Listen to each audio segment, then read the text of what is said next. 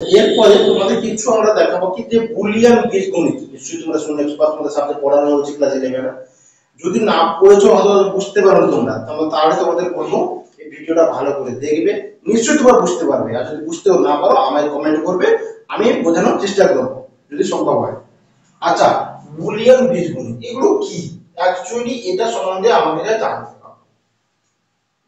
বীজগণিত, বুলিয়ান বীজগণিত কি না, প্রথমে বলা হচ্ছে কি যে বুলিয়ান বীজগণিতের প্রবর্তক কে করেন? কি লিখবে? জর্জ বুল। কে করবে? না জর্জ বুল করবে। জর্জ বুল হচ্ছে, তিনি হচ্ছে বুলিয়ান বীজগণিতের আবিষ্কর্তা বা প্রবর্তক। এটা কিন্তু তোমার এমসিকিউর জন্য ভালো কোশ্চেন, কিন্তু ভালো একটা কোশ্চেন আসতে পারে এটা। আচ্ছা, এবার দেওয়া আছে, বলা হচ্ছে যে বুলিয়ান বীজগণিতের যে কতগুলো গেট দেওয়া আছে। গেট, এখানে আমরা দেখতে পারবো যে গেটকে নরমালি দুই ভাগে ভাগ করা আছে। কি কি ভাগে? দুই ভাগে ভাগ করা আছে। এক হচ্ছে কি তোমার বেসিক গেট দেওয়া আছে, আর দুই হচ্ছে কি কম্পাউন্ড গেট। কি দেওয়া আছে? Compound gate. তো বেসিক গেট আমাদের তিনটি গেট আমরা দেখতে পাই। কোন তিনটে? নিশ্চয়ই তোমরা জানো, তাও বলে দিচ্ছি একবার আমি। লিখবে এন্ড, অর, আর নট। এই তিনটে হচ্ছে তোমার বেসিক গেটের মধ্যে পড়ে। যদি তোমাদের কোশ্চেন আছে মনে করো যে তিনটে বেসিক গেটের উদাহরণ দাও, তাহলে তোমরা এগুলো লিখতে পারো। তারপরে তোমাদের কোশ্চেন আছে কম্পাউন্ড গেট। কম্পাউন্ড হচ্ছে দুটো, কি কি? NAND are not. এগুলো হচ্ছে তোমার বেসিক কম্পাউন্ড, এটা হচ্ছে তোমার বেসিক গেট। এবার আমরা কোন চিহ্ন দ্বারা, তাহলে অ্যান্ড গেটের চিহ্ন কেমন হয়, অর গেটের চিহ্ন কেমন হয়, বা কি দ্বারা প্রকাশিত হয়, সেটা তোমাকে আমরা এখানে দেখানোর চেষ্টা করব। জিরো মানে এটাকে বলা হচ্ছে ফলস। কি বলা হচ্ছে? ফলস। জিরো মানে ফলস বলা হয়। আর ওয়ান কে কি বলা হচ্ছে তোমার? ট্রু। কি বলা হলো? ট্রু। এটাও মাথায় রাখবে, এটাই আমাদের কাজে লাগবে আগের দিকে গেলে আমাদের। হয়েছে?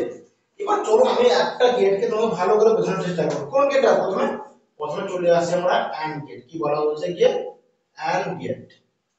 অ্যান্ড গেট কথা তোমাদের আমি আসবো। প্রথমে চিত্র দেখাবো, তারপর ট্রুথ টেবিল দেখাবো, তারপরে সিম্বল দেখাবো তোমাদের। কি বলা হচ্ছে? And gate. চিত্রটা কেমন করে হবে একটু দেখে তোমাদের দেখানোর চেষ্টা করছি এখানে আমি। হচ্ছে কি অ্যান্ড গেটের চিত্র কেমন? বলা হচ্ছে এটা ট্রুথ টেবিলের মতন। বলা হচ্ছে যখন ধরো এখানে দেওয়া আছে এনার্জি, মানে এখানে পাওয়ার দেওয়া হচ্ছে, এদিকে লাইট লাগানো আছে। বলা হচ্ছে লাইটটা কখন জ্বলবে, জ্বলবে না অন কখন হবে। বোঝা যাচ্ছে? তার মানে বলে যদি আমি দুটো তার জুড়ে দিই তবে কিন্তু তোমার লাইটটা কিন্তু অন হবে। তার মানে ট্রুথ টেবিলে যদি বলা হয় যে, আমি ছোট করে লিখছি এখানটা, দেখানোর চেষ্টা করবো এখানটা, এ আর বি এটা ইনপুট, আর এফ কে বলা হচ্ছে গিয়ে তোমার ফলাফল, মানে প্রকাশিত হবে কেমন করে।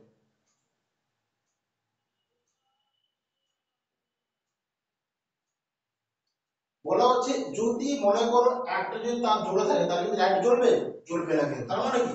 যদি তার জোড়া থাকে, মনে করো 1,